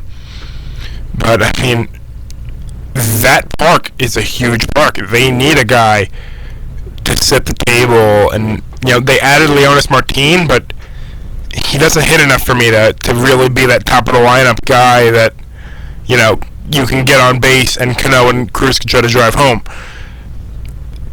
He just doesn't do it for me. I mean, I think, they have traded so much to try to get pieces here and there. I mean, look, a guy like Walker can make a step up. They could potentially have, a big 3 in their rotation if Iwakuma and Walker pitch well, because Hernandez is going to pitch well. They just, they don't have enough potency on offense, which is funny to say because they have Cano and Cruz, but they don't have enough on offense to do it for me. To say that, Logan Morrison is the guy that's going to make a difference for me and get them over the hump. Yeah, I mean, actually, they're probably the closest team to anything with a catcher in Zunino. Yeah, I mean, it's true. And then they picked up Iannetta, they picked up Clevenger from the Orioles. They actually got rid of Morrison because they figured he couldn't do anything. They brought in Adam Lind. They're doing a worse job than the Angels are piecing it together. Yeah. I think at this point it'd be better just to tear it down. Yeah. They're at 76 wins. I mean, at this point, if you tear it down, you'll probably get 60-something. So, I mean, it's not going to be that big of a deal. Then you'll be able to get, obviously keep Felix. He's one of the best pitchers in the MLB. But I think you've got to get rid of Cano, get rid of that contract. Yeah. Especially with, you got some good young players. You got Luis Sardinas, who you picked up in a trade, and then you got Ketel Marte.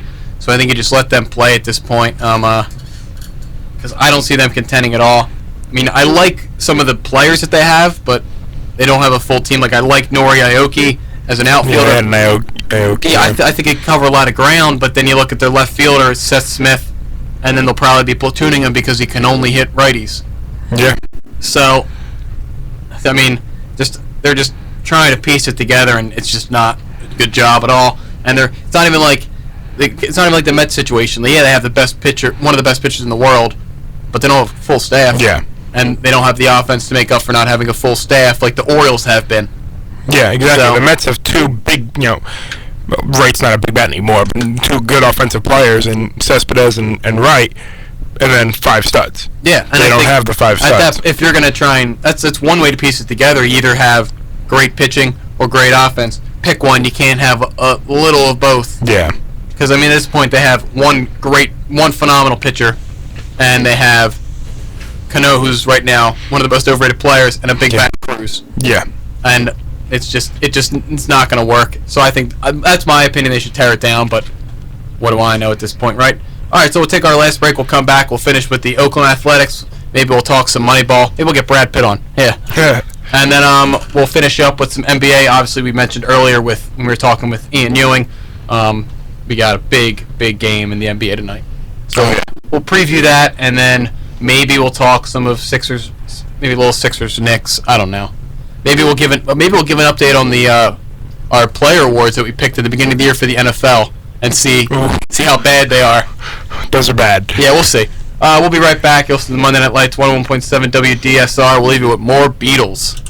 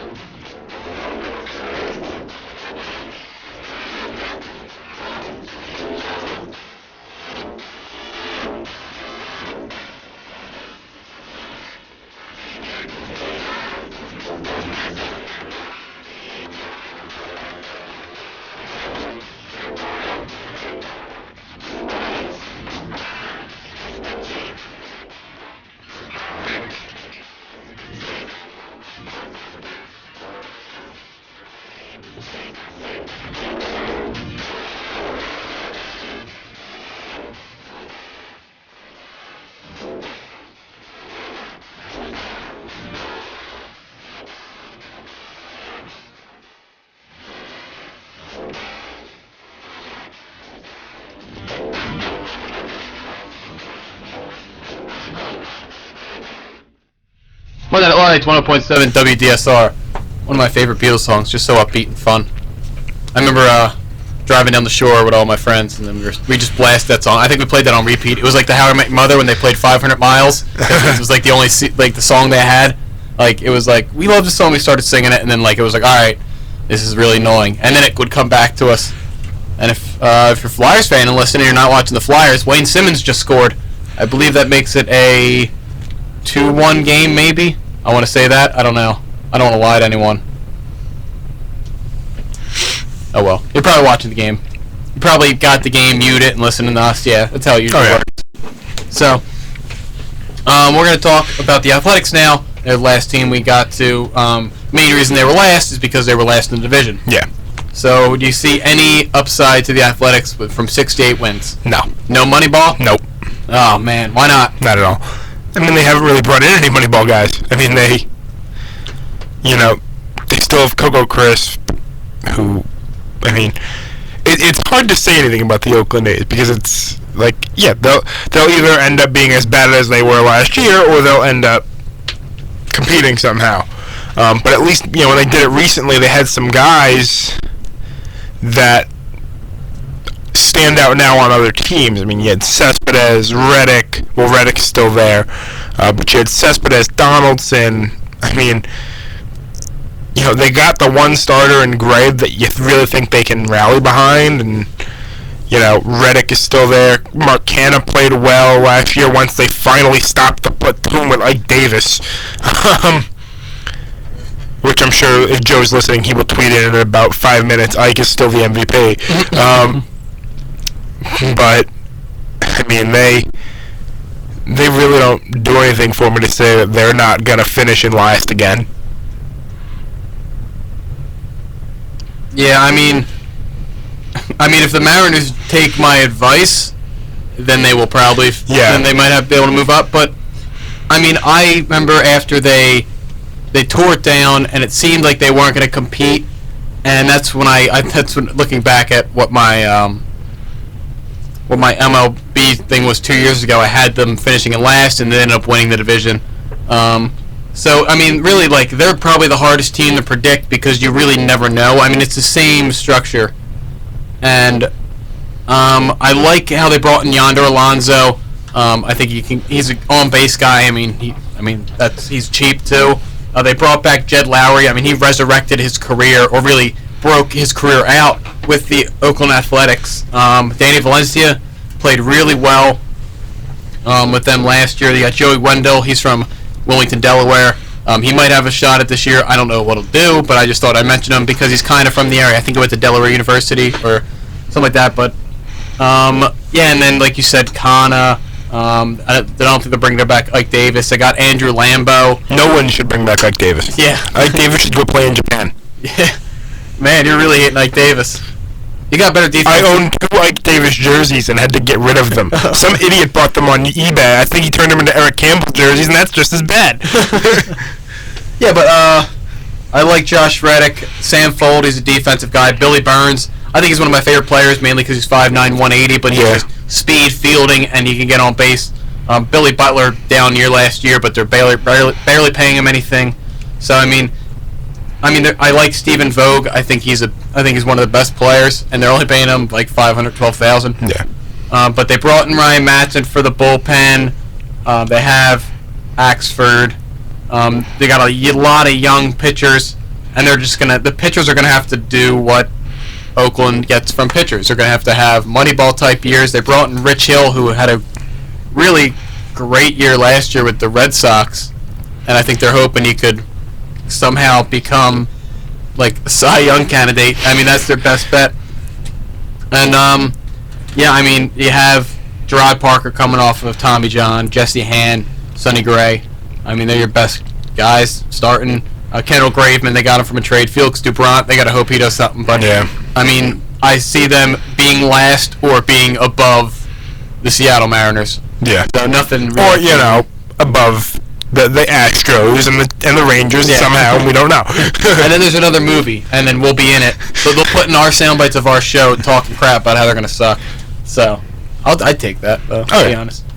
So now we'll talk about some leftover free agents, like who's still out there. Obviously, it's later in the off season, so this is when kind of like the Moneyball teams or the teams that try to save money pounce on free agents and try to max out with the value. Obviously, Nelson Cruz had the 1 year, $8 million deal with the Orioles, and I'm pretty sure the Orioles are probably looking for a deal like that this year. Yeah.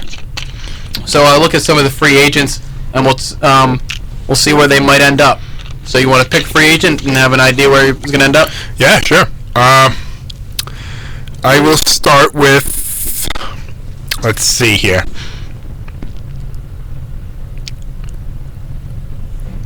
I will start with Ian Desmond going to the Rockies. Now, they have Reyes, whatever. He is not going to play a lot. I don't think so. I mean, I'm not going to take a side in it, but I just think that he'll get either legally in trouble or suspended for a significant amount of time. Yeah. I think you're looking at a guy like Desmond that could come in on a one-year deal, tear it up because Colorado's a bandbox. I mean, he's always had the offensive tools in Washington, the bigger park, and not in the altitude. So I don't see why he wouldn't have just as good of a year, if not better, in Colorado. And then he, gets traded to a contender, and Colorado benefits by getting some prospects out of it because he's tearing it up in Colorado. Yeah, I know. I agree with you there. I'm looking at a guy, Howie Kendrick. I don't know how he's not signed yet. There's not even buzz around his name. He's always been a quality second baseman, quality hitter. I mean, you look at last year, he had 295, and you have 293 in LA, 297 the year before that. So, I mean, he's always been a quality guy. His WAR he's got as high as 5, close to 6. Last year was around 1.1. I mean, he's a pretty decent fielder. I think any team looking for a second baseman would be happy to have him. I think you'd get him for probably $10 mil a year, which is actually kind of cheap nowadays, looking at how much the prices are spiking. Yeah. 10 mil for 2 years, and he's only 32, so by the time his contract's up, he'll be 34. I think either LA team, the Angels or the Dodgers, could bring him in. I think they both need second basemen. Right now, LA is looking at Kiki Hernandez and Chase Utley at second base right now, and I love Chase Utley, but he can't really play every day anymore, especially with those knees. So I think Howie Kendrick, looking at what he gives, what he does, hit 290. I mean, he gets on base. I mean, he's a pretty good leadoff hitter, number 2 hitter. I think he's a guy that could be a bargain for some team, because it seems like the Angels, the Dodgers, I mean, they're the 2 teams he previously played for. I don't know. I haven't even seen any interest around him, but even a team like the Orioles, they have scope and they have Hardy at shortstop, but Buck Showalter likes to have options, likes to move his guys around. Yeah. I would say, why not bring him in? He's a pretty good glove, pretty good hitter. Even the Tampa Bay Rays. Yeah. I don't know who their second baseman is right now. I think they just reacquired Brad Miller they got rid of him to bring in Logan Morrison, and I think Howie Kendrick's pretty cheap at this point. And then if you're out of it, you can always trade him. Yeah. So I think he's one of the guys that has a lot of value, and teams aren't putting value in him. Yeah. You got another one? Yeah. I got plenty. Oh, you got a whole list? Most prepared for today. I am going to go with one of your former guys, Cliff Lee. We were just talking about this over the break. I got him going to Baltimore because I think he's said through his agent that he's only going to make an attempt to come back in a good in a situation that suits him. You're looking at a team in Baltimore, American League, so he doesn't have to worry about hitting, even though he likes it. But he's old and hurt now, so he shouldn't be hitting. Baltimore has said they don't want to give a draft pick for a pitcher, despite the fact they need one. So that rules out Yovani Gallardo going to them. I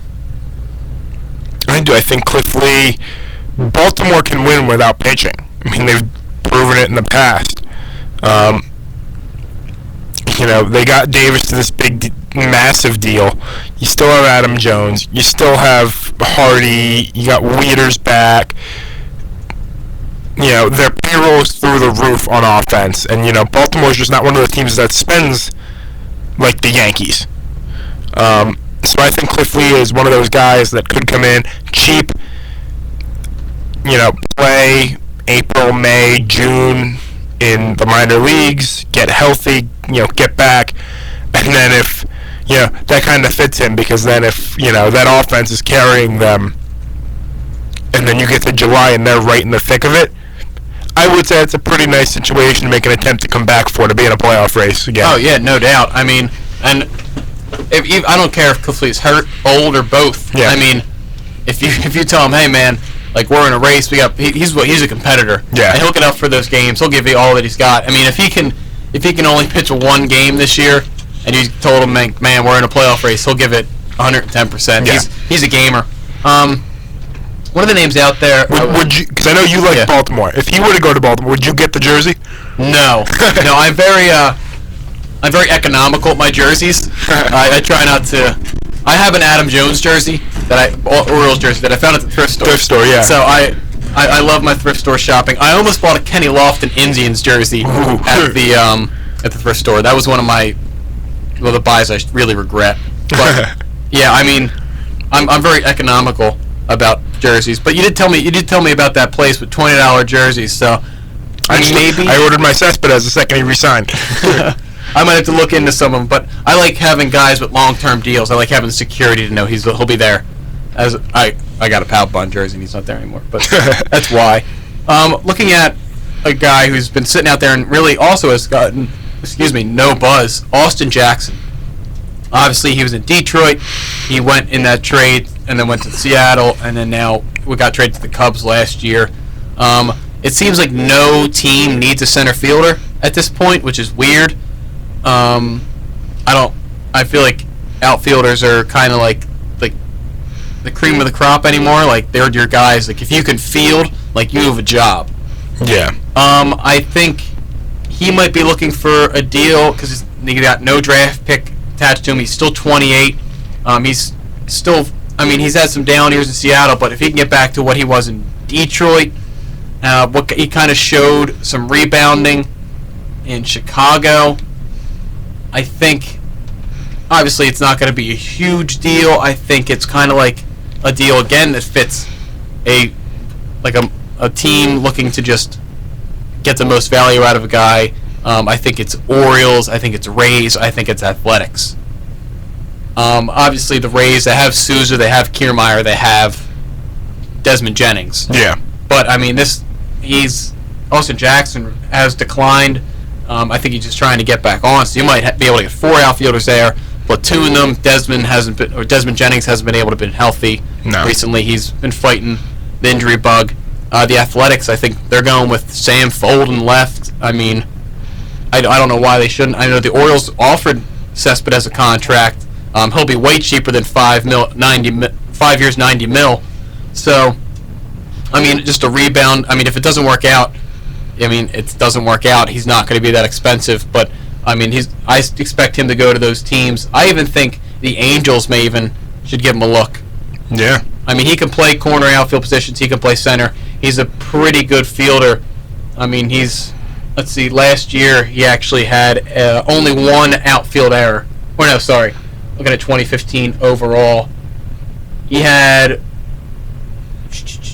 4 errors total, and 1 in right field, no in left field, and then 3 in center field. So he's an above average fielder. Yeah. His bat is what really decreases his value. Hehowever, I mean, the bat can come and go, as you can see with players. I mean, they can have great years and then they can have really bad years. Yeah. And so I think he'll be cheap. Obviously, a 1 or 2 year deal.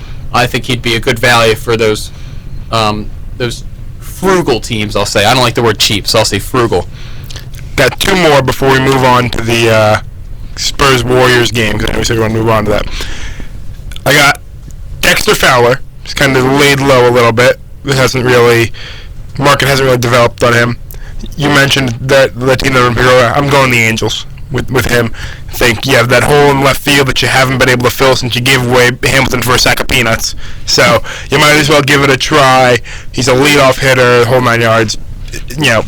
Get guys on base for if Trout will be hitting in close if he hits. The last one I'm going with, going to surprise you a little bit. This is going to be the second time I've picked this team to sign somebody. So you're sitting there with the chart. Jimmy Rollins. He's kind of set out there. Had a terrible year in LA. Got replaced by a rookie in the playoffs in Seager. Seager's a stud, but I am going to go with because I've seen it before. Because my team was through a rebuild, going back to Philly. Going back to Philly. I think he'll go. I think Philly will sign him right before spring training. You know, J.P. Crawford will be ready July, somewhere around there if he comes up this year. Bring in Rollins. Let the fans get one more little, couple memories from Rollins, and then he can then kind of just mentor Crawford when he comes up. Yeah, I mean, they just did bring back Galvis. They have Hernandez at second. I think, if anything, it would kind of just be like a bench role. Yeah. I don't know. That would definitely be something. I don't know if I like the idea of it, but again, if you're telling him like, hey man, you're just gonna be on the bench and you might get some at bats, you might start here or there. What is he gonna do anywhere else? So exactly. That's the thing. So I actually think he might be heading to the Giants or the Athletics. I think he's from out there. I think they might give him a shot. I mean, like I said, most of these guys at this point, it's like rebound. If they don't work out, they're gone. Just roll the dice. You might as well at this point. So right now we'll switch to a very big game tonight. Yes. I'm very excited to watch it because I believe it's on ESPN or TNT, one of them. Yeah, it's got to be on one of them. It's been the most hyped game of the year. It's on NBA TV, so I don't even know if it's on either of them. But I will find it somehow, and I will be watching it. Oh yeah. It's going to be a huge game. Golden State's favored by 4.5. It's on at 10:30. It's the Golden State Warriors with the best record in the NBA at 40-4 against the team with the second best record at 38-6. And the San Antonio Spurs have a better point differential than them because their defense is just phenomenal. Yeah. So, who do you like in this game? I mean, it's crazy that we're talking about this as a regular season game. Yeah. But, I mean, I don't remember the last time two NBA teams were this good and in the same conference. Yeah. I don't know. This is a coin flip game. I'm going to go with the Spurs. I mean, I'm worried because Tim Duncan's not playing. It's the second game where he's missed with some injury. I think he bruised his leg or something. Back, soreness, knee. Yeah. The classic Popovich thing where he's like, you know what? I'm not going to risk it. I'm not going to show my hand. Yeah, no. I do. I think the Spurs will take this one because, I mean, it's almost like they need to. If they can come out and beat Golden State with all the hype Golden State has this year, I mean, it'll finally just be like, okay, the Spurs are legit, do not get me wrong, but, yeah, you're good, but what's the bar now? Can you hang with the Warriors? They win the championship and then start off, 23-0, 24-0? So, I mean, they're the bar. You beat the Clippers. You beat, whoever else. I mean, can you beat the Warriors? So, that's what I'm really interested to see. I think the Spurs will take it because I think they have to. This is a statement game for them. Yeah, I am gonna go with the Warriors here, not because I don't know who the better team is. Yeah. But I know Popovich, and I know Popovich is resting Tim Duncan. I know Tim Duncan. Yeah. Tim Duncan may be sore, but he's also 38, so that just might be just another day for a 38-year-old. Yeah. I think he's resting him. I think he has a plan for the Warriors, and I don't think you'll see that plan until the postseason. You might not even see that plan until Game 3 of the postseason, because he's not going to show his hand. No. He's a very smart coach. He knows when to push the right buttons. He knows when to step on the gas pedal. He knows when to just let it happen. As for that reason, I think it'll be Golden State tonight because Golden State's going to come out with their best. I mean, you saw against Cleveland.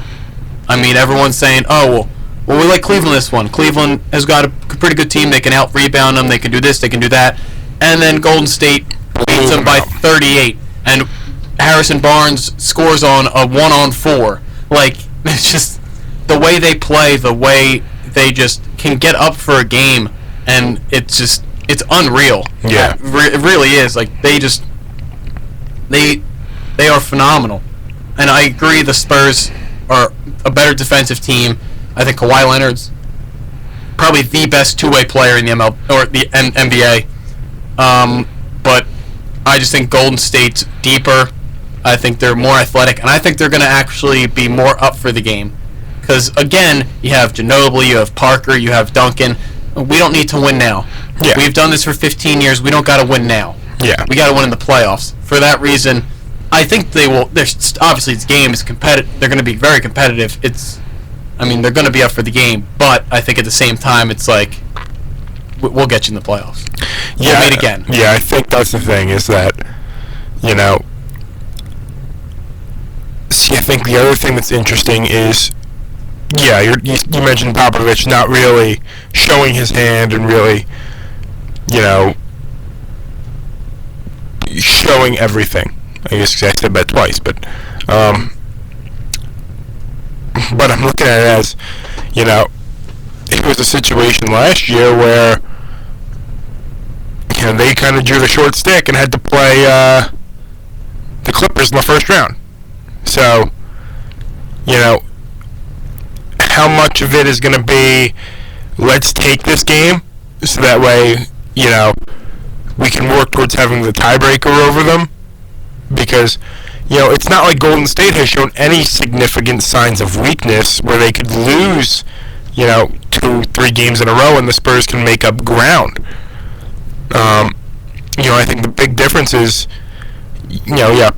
Duncan's not playing, Ginobili and Parker, like you said, have been here before, they know you don't win championships in January, you win them in June.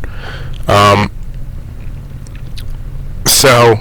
I think the interesting thing is, the last couple of years, it's been, those three, and then Kawhi. Now you have Kawhi, Danny Green, Aldridge. That team alone can hang with Golden State. And you have Boban Marjanovic. Yeah. Who's averaging 5 minutes a game, and he's averaging 7 points a game. Yeah. He's 7 threes, unreal. Yeah. But I don't. That's the key. I guess the X factor for me is, those three can ball on their own. They can hang with Golden State, and Parker can just lay back and just. I'll stick my hand in Steph's face. It's going in anyway. Yeah, and you said, they drew the short end of the stick last year, but West was also much more competitive last year.